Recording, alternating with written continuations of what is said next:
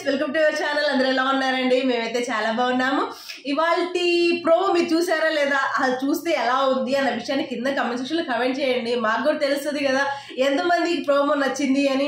అలాగే big boss lover ఎప్పుడెప్పుడా అని వెయిట్ చేస్తున్న ప్రోమో బిగ్ బాస్ 8 ప్రోమో అనేది రిలీజ్ అయిపోయింది. చాలా బాగున్నాడండి, చాలా వెరైటీగా అనిపించింది. జీనీ క్యారెక్టర్ అన్నమాట మాయాద్వీపం సత్య చేశాడు. ఆ మాయాద్వీపాన్ని కొద్దిగా అనగానే నాకు సార్ వస్తారు. ముందు 8 కలర్ వస్తుంది ఫాగ్ తో, స్మోక్ తో. తర్వాత నాకు సార్ నిజంగా నీకు గనక జీనీ కనపడి అంటే నాకు సారే కనపడి అమ్మా నీకు ఏం వరాలు కోరుకో అంటే ఏం చెప్తావు? మాకు కొన్ని వ్యూస్ ఇవ్వండి, కొన్ని వ్యూస్ ఇవ్వండి, కొన్ని సబ్స్క్రైబర్స్ ఇవ్వండి అని చెప్పేసి కోరుకుంటాను. సీజన్ 4 నుంచి సీజన్ 8 దాకా గట్టిగా కష్టపడుతూనే ఉన్నాము, నో డౌట్ అందులో. కానీ వ్యూస్ అందరికి ఎక్కువ రావట్లేదు, సబ్స్క్రైబర్లు పెరగట్లేదు, అందరికి వ్యూస్ వచ్చేస్తుంది. అందరికి అసలు ఏంటి స్వామి గొప్ప బాగా చేస్తున్నామని మా ఫీలింగ్ అంటే మేమే ఫీల్ అవుతామండి, ఎవరికి వాళ్ళు పొగుడుకోవాలి కదా. కానీ ఇంతవరకు మనకి ఏం రావట్లేదు. ఏదైనా కొన్ని వ్యూస్ కానీ కొంతమంది సబ్స్క్రైబర్స్ కానీ ఇవ్వమని చెప్పేసి కోరుకుందాం అనుకుంటున్నాం. సో అక్కడ సత్యాకైతే కింద ట్యాగ్ లైన్ అయితే మనకు చెప్పేశారు. నిజంగానే మంచి బాగుంది ట్యాగ్ లైన్. ఇది ఒక్కసారి కమిట్ అయితే మాత్రం ఎంటర్టైన్మెంట్ కి లిమిట్ ఉండదు అని. నేను దాన్ని ఇంకొద్ది చెప్తాను అనమాట. ఒక్కసారి కమిట్ అయితే మాత్రం కంటెంట్ అది పెడితే బాగుంటే వాళ్ళ ఫీలింగ్ వచ్చేది నాకు. అసలు ఏది బాగుంది, ప్రాస బాగుంది వాళ్ళకి. ఏది కమిట్ అయితే ఎంటర్టైన్మెంట్ కి లిమిటే ఉండదు అని నేను దాన్ని అందాం అనుకుంటా. అంటే బిగ్ బాస్ యొక్క టెక్నాలజీలో చెప్పాలంటే ఒక్కసారి కమిట్ అయితే మాత్రం కంటెంట్ టన్నులు వస్తుంది. మనం కూడా ఇద్దామండి కంటెంట్. మనం కూడా ఈసారి కొద్దిగా సబ్స్క్రైబర్లు పెంచుకోవడానికి, ఎందుకంటే కష్టపడుతున్నాం నిజంగానే కొద్దిగా అది పెంచడానికి. మేబీ దానిలో కొంత అనొచ్చు, మీరే బాగా చెప్పట్లేదు, గోడ మీద పిల్లిలా చెప్తున్నారు, స్వామీజీలా చెప్తున్నారు, ప్రవచనాల్లా చెప్తున్నారు, మీరు తిడతలేదు అని. సో అది కరెక్టే. కొంతమంది ఎవరికి యాటిట్యూడ్ వాళ్ళది ఉంటది కదండి. మనం మన స్టైల్లోనే వెళ్దాం, కొద్దిగా ఆలోచిద్దాం, కొద్దిగా జాగ్రత్తగా చెప్దాం. ఈసారి కొద్దిగా ఫన్ గా చెప్దామని. మనకి ఉన్న ఎంతమంది ఫ్యామిలీ ఉన్నారో వాళ్ళు కొద్దిగా సపోర్ట్ చేస్తే మేము కొద్దిగా ముందు మూవ్ ఆన్ అవుతాము. ఈసారి నాకు తెలిసిన 100% నాకు నమ్మకం ఉంది. మనకు ఉన్న ఫ్యామిలీ మెంబర్సే వీళ్ళే సపోర్ట్ చేస్తారు ఈసారి అని ఖచ్చితంగా సపోర్ట్. సరే, ఇక టాపిక్ వస్తే బాగుంది. నాకు సార్ లుక్ బాగుంది, చాలా ఫ్రెష్ గా. నాకేం నచ్చింది తెలుసా?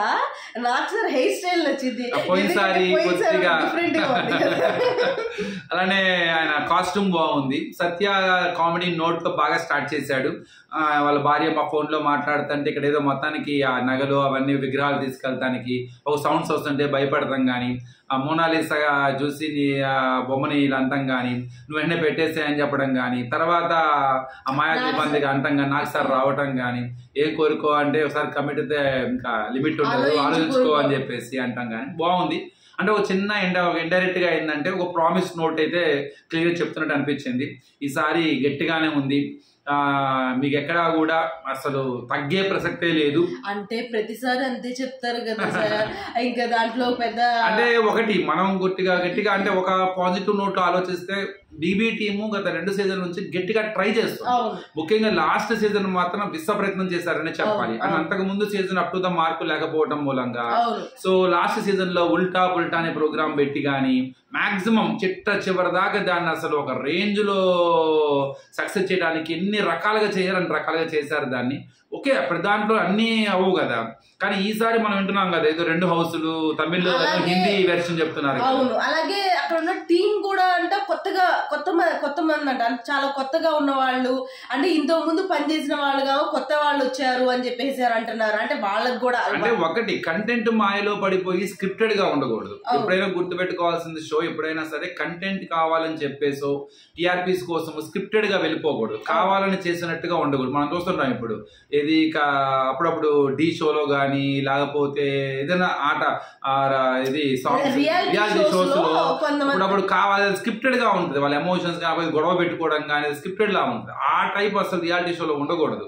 అది ఉంటే అది క్లియర్ గా ఆడియన్స్ కి ఒక రకమైన విచిత్రమైన ఫీలింగ్ వస్తుంది. సో చూద్దాం మరి ఈసారి ఏ రేంజ్ లో వెళ్ళబోతుంది ఏంటి. ఏమనుకున్నా 2 హౌసులు గొడవ ఏంది అసలు?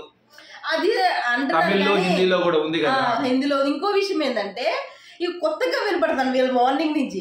ఎక్స్ కంటెస్టెంట్స్ తీసుకుంటున్నారు అంటే ప్రతి సీజన్ నుంచి ఒక్కొక్కరిని అంటే 8 సీజన్ నుంచి 8 మెంబర్స్ వస్తున్నారు. అంటే ప్రో ప్లేయర్స్ అందరు కలిసి ఒక కబడ్డీ టీం తయారు చేసినారు.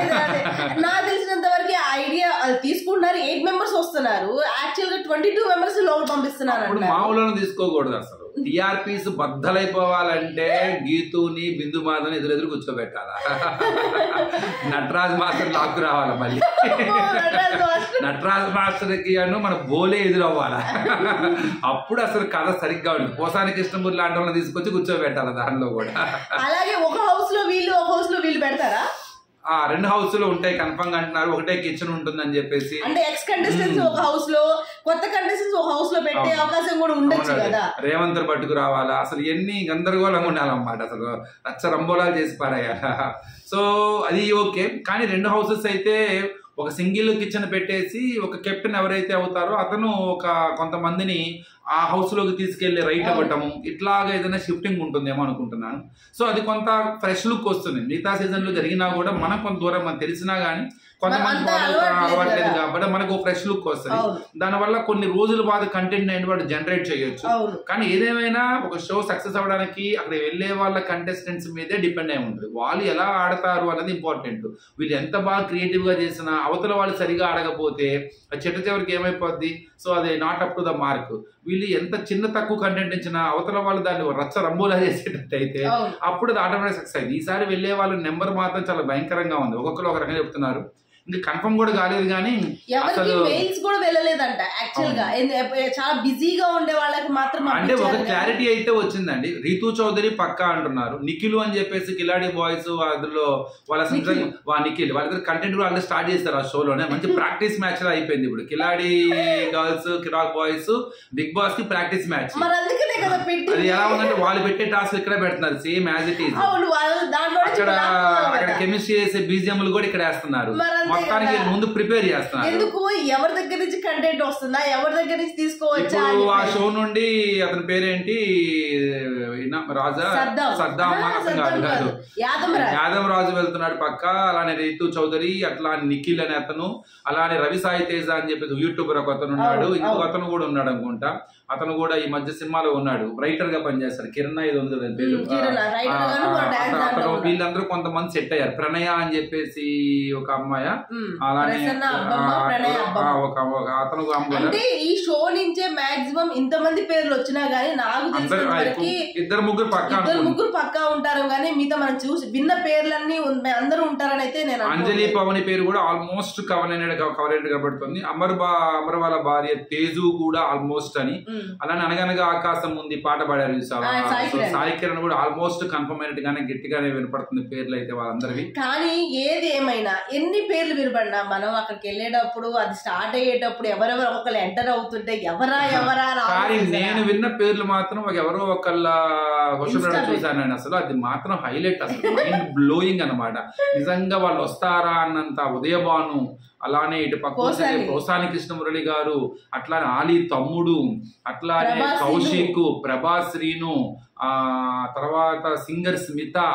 అసలు వీళ్ళ పేర్లు ఒక్కొక్కళ్ళు మామూలు పేర్లు కదా. సోనియా సింగ్, సంగవి, అలానే అంకిత అనే ఒక అమ్మాయి హీరోయిన్ ఉంటది కదా, లాహిరిలో హీరోయిన్. కానీ హీరోలు ఇద్దరు పేర్లు వినపడ్డాయి ఇక్కడ.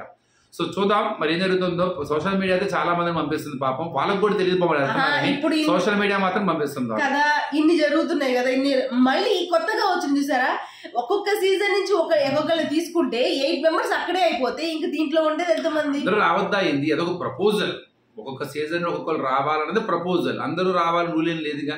ఇప్పుడు ఒకసారి వచ్చిన వాడు ఇంకోసారి 2 రకాలండి. ఎట్లా అంటే ఒకటి ఎకనామికల్ గా సర్వైవల్ అవ్వడానికి ఎర్నింగ్. ఏదైనా సరే క్రేజే, పేరు రావాలి, కెరీర్ కి ఉపయోగపడాలి. అది అల్టిమేట్ టార్గెట్ ఏంటి? మనిషి బతికేది ఏంటి? డబ్బు సంపాదించడం కోసం. ఆ డబ్బు సంపాదించడం కోసం అనేది వస్తారు. అట్లానే మళ్ళీ మనకి ఏదైనా ఇంకా మళ్ళీ బ్యాడ్ అవుతామా, మనకి ఏదైనా బ్యాడ్ ఏమన్నా అనవసరంగా వచ్చి రిస్క్ చేస్తున్నామన్న వాళ్ళు రారు. కాదు ఏం పర్లేదు, మనం నెగ్గుకు రాగలుగుతాము, ఎన్ని పడుచుకోకూడదు, లైఫ్ లో ముందుకు వెళ్ళాలి, ఎర్న్ చేసుకోవడానికి ఈ ప్లాట్ఫామ్ వాడుకోవాలి. అలానే ఇంకోసారి మళ్ళీ కెరీర్ ప్లాన్ చేసుకుని రావడానికి మంచి ప్లానింగ్, అది బాగానే ఉంటది. కానీ ఏంటంటే ఆడియన్స్ అదే వేలో చూస్తారన్నమాట. అది జాగ్రత్తగా ఉండాలి. వాళ్ళు మళ్ళీ కొత్తగా కనపడాలి. అదే వాళ్ళ మీద ఉన్న నెగిటివిటీని పాజిటివ్ చేసుకోవాలి. ఉన్న పాజిటివిటీ నెగిటివ్ చేసుకోకుండా ఉండాలి. సో సో పాత వాళ్ళకి కొద్దిగా అదొక డ్రాబ్యాక్ ఉంటుంది. కొత్త వాడికి ఏంటంటే ఫ్రెష్గా ఉంటాడు కాబట్టి వెంటనే ఒక పాజిటివ్ మనకి వెంటనే ఒక ఇంప్రెషన్ వచ్చేస్తుంది. ఆల్రెడీగా పాత వ్యక్తిని మనం చూసేటప్పుడు ఏమైందంటే ఆ ఇంప్రెషన్ తో చూస్తాం. అది మారడానికి కొంత టైం తీసుకుంటది. అందుకే కొత్త పాతలో అది కొంత డిఫరెన్స్ ఉంటుంది అనమాట. కొత్త వాళ్ళకైతే పక్కాగా ఉపయోగపడుతుంది, నో డౌట్. ఈ ట్రోలింగ్లు, కామెంట్ బాక్స్ వచ్చే రచ్చలు ఇవన్నీ లైఫ్ లో కామన్. వాటిని ఎదుర్కొన్న వాళ్ళే ముందుకెళ్ళగలుగుతారు. బిగ్ బాస్ షో అంటారు, బిగ్ బాస్ ఒక 8 months 9 months తర్వాత స్టార్ట్ అవుతుంది. కానీ బిగ్ బాస్ అన్న మాట మీద, ఈ బిగ్ బాస్ అన్న ఈ లోగో మీద, బిగ్ బాస్ అన్న ఒక పెద్ద దీని మీద ఎంత మంది దీని మీద ఆధారపడి బతుకుతున్నారో నాకు రీసెంట్ గా మొత్తం సెర్చ్ చేస్తే అర్థమైంది అనమాట దీని మీద ఎలా ఎలా ఎలా అని. కానీ నిజం ఏదైనా ఒక విషయం జరుగుతుంది, దాని వెనకాల చాలా హార్డ్ వర్క్. నువ్వు స్టార్టింగ్ లో అలా నాకు వ్యూస్ కావాలయ్యా, నాకు సబ్స్క్రైబర్లు కావాలయ్యా. ఇప్పుడు చాలా మంది అంటారు అసలు ఈ రివ్యూవర్స్ వల్లే పాడైపోతున్నారు, రివ్యూవర్స్ వల్లే కంటెస్టెంట్స్ ని పాడు చేస్తున్నారు అని చెప్పి. రివ్యూవర్స్ వల్ల గుడ్డా బ్యాడా అని ఉందంటే మాత్రం ఒకటైతే పక్కా చెప్తానండి, ఇది ఇందులో అయినా మంచిగా ఉంటుంది, చెడు ఉంటుంది. కానీ పక్కాగా షోకి రివ్యూవర్స్ వల్ల మంచిగా జరుగుతుంది. ఇందులో చిన్న రివ్యూవర్ పెద్ద ఒక బజ్ క్రియేట్ అవుతుంది. మనం మన ఒపీనియన్ షేర్ చేసుకుని ఒక ప్లాట్ఫామ్ ఉపయోగపడుతుంది. సో అంతే తప్ప రివ్యూవర్ ఏదో బ్యాడ్గా చెప్పినంత మాత్రాన కంటెస్టెంట్కి బ్యాడ్ ఏం జరగదు. అలానే ఆ రివ్యూవర్ ఒక వ్యక్తి గురించి గొప్పగా చెప్పినంత మాత్రాన లేని గొప్పతనం ఏమి రాదు. అల్టిమేట్గా జడ్జి చేసేది మాత్రం ప్రజలే, కానీ ఆడియన్స్ వాళ్ళే అనమాట. కానీ ఏంటంటే ఇది బిగ్ బాస్కి ఒక ప్లాట్ఫామ్. ఈ ప్లాట్ఫామ్ మీద ఒక డిబేట్ జరగడానికి, ఒక బజ్ క్రియేట్ అవ్వడానికి, గుడ్ ఆర్ బ్యాడ్. సో అది అల్టిమేట్గా ఎండ్ ఆఫ్ ద డే కంటెస్టెంట్కి అది హెల్పే జరుగుతుంది. మేబీ ఆ ట్రోలింగ్ అయినప్పుడు కొంత ఇబ్బంది పెడతారు వాస్తవంగా, ఎందుకంటే చేయకూడదు. అది కూడా అది ఒక ఎక్స్టెంట్ వరకే.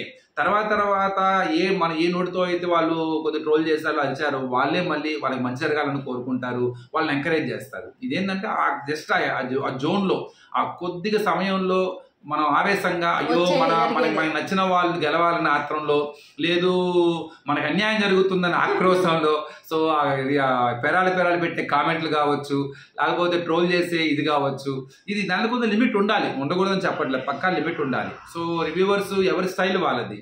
సో అల్టిమేట్గా రివ్యూవర్స్ ఏం చేసినా వాళ్ళకి ఒక ఓన్ ఉంటుంది, వాళ్ళు లైఫ్లో వాళ్ళకి ముందుకు వెళ్ళటానికి. అట్లానే ఒక షోని జడ్జి చేసే క్రమంలో ఎవరి స్టైల్ వాళ్ళదన్నమాట. అంతే తప్ప ఎవరు తప్పు ఒప్పులైతే ఇందులో ఉండవు. ఆటని ఆటలా చూడాలి, ఆటని ఎంజాయ్ చేయాలి. చూద్దాం మరి మొత్తం చాలా ఎంజాయ్ చేద్దాం. అంతే, ఎంజాయ్ చేయడం ఇంపార్టెంట్ పక్క. అంటే ఎప్పుడెప్పుడు బిగ్ బాస్ ఎప్పుడెప్పుడు చూడాలి, ఎప్పుడెప్పుడు వస్తుంది, ఇలా వెయిట్ చేయడం. కానీ కొంతమంది అంటారు ఎందుకు ఏముందని దాన్ని మీ పిచ్చిలా మాట్లాడతారు ఏంటంటే మీకేం పని పాట ఉంటుందా పొద్దున్న సాయంత్రం అని చెప్పేసి. అసలు నిజంగా పని పాట ఉండగా పని చాలా ఉంటుందండి. ఆ పనిలోనే కొద్ది టైం. ఇదే కూడా ఏంటంటే లైఫ్కి ఇంపార్టెంట్, మనకు కూడా ఏదో ఉపయోగపడుతుంది సర్వైవల్ కోసం. అట్లానే ఏంటంటే చాలా మంది దీనివల్ల ఏంటి ఉపయోగపడుతుంది అంటారు. నిజమే, పెద్దగా వాస్తవానికి దీనివల్ల ఉపయోగం ఉండదు. నష్టం చాలా చెప్తుంటారు. ఒకటండి, పొద్దునుండి సాయంత్రం కష్టపడి వచ్చిన వాళ్ళకి, ఇంట్లోనే ఒంటరిగా ఉన్న వాళ్ళకి జస్ట్ ఏదో ఒక ఎంటర్టైన్మెంట్ పార్క్, ఒక సందర్భం, ఒక కూసేపు ఆహ్లాదకరంగా దాని గురించి మాట్లాడుకోవడానికి, అన్నం తింటూ దాన్ని చూసిన తర్వాత చిన్న డిబేట్ మాట్లాడుకోవడానికి, చర్చించుకోవడానికి, నచ్చిన వాడికి ఒక ఓట్ వేయడానికి. లైఫ్లో ఇది ఒక పార్ట్. దానిలో మంచిగా చూద్దాం, చెడును చూడాలి.